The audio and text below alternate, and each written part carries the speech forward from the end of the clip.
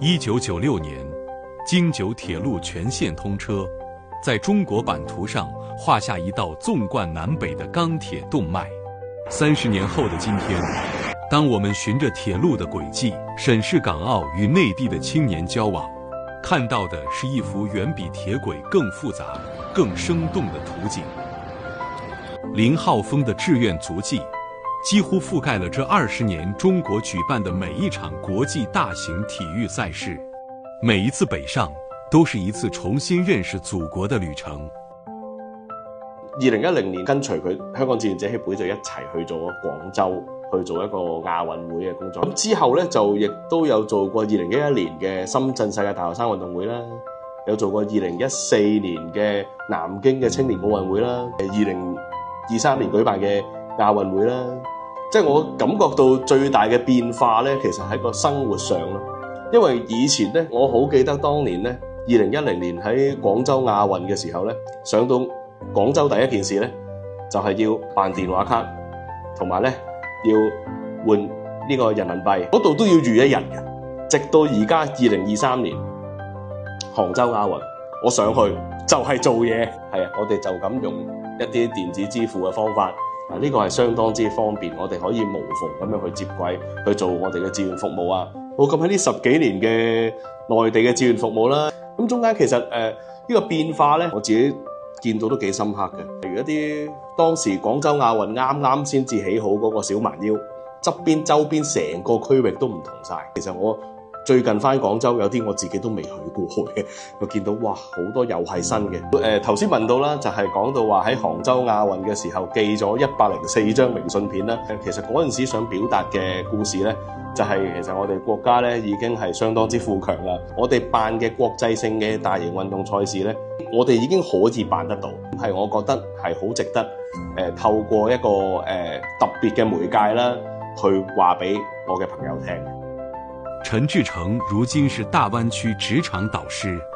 這些年他清楚看到港澳青年的認知版圖持續打開。好榮幸啦，受到邀請啦，咁我就成為咗大灣區職場導師第一批嘅導師，專門去面對我哋更加多嘅港澳青年、港澳學生去融入大灣區，無論係就業啊、創業啊，或者學業上嘅一啲指導同埋培訓，有各種考察嘅，一定要先過嚟睇。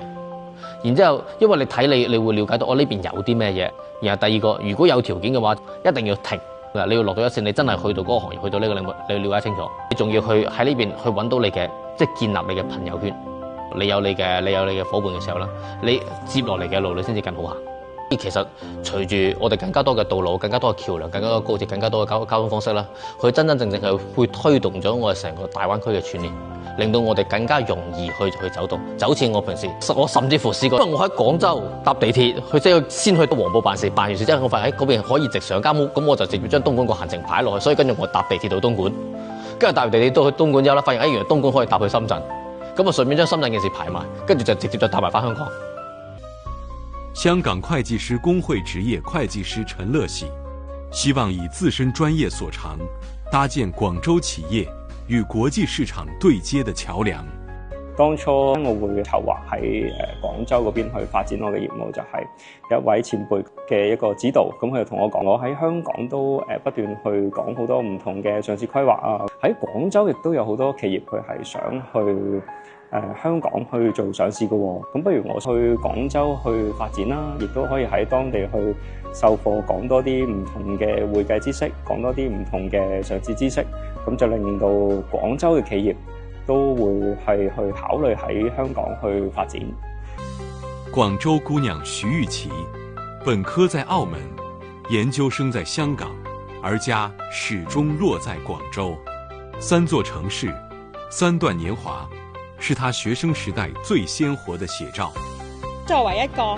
生活喺大灣區嘅一個廣州人啦，我覺得來往港澳讀書一個非常之方便嘅就係因為有咗我哋嘅呢個高鐵，可以話係縮短咗3地之間嘅一個距離啦，咁令到我哋嘅生活啊或者工作啊都會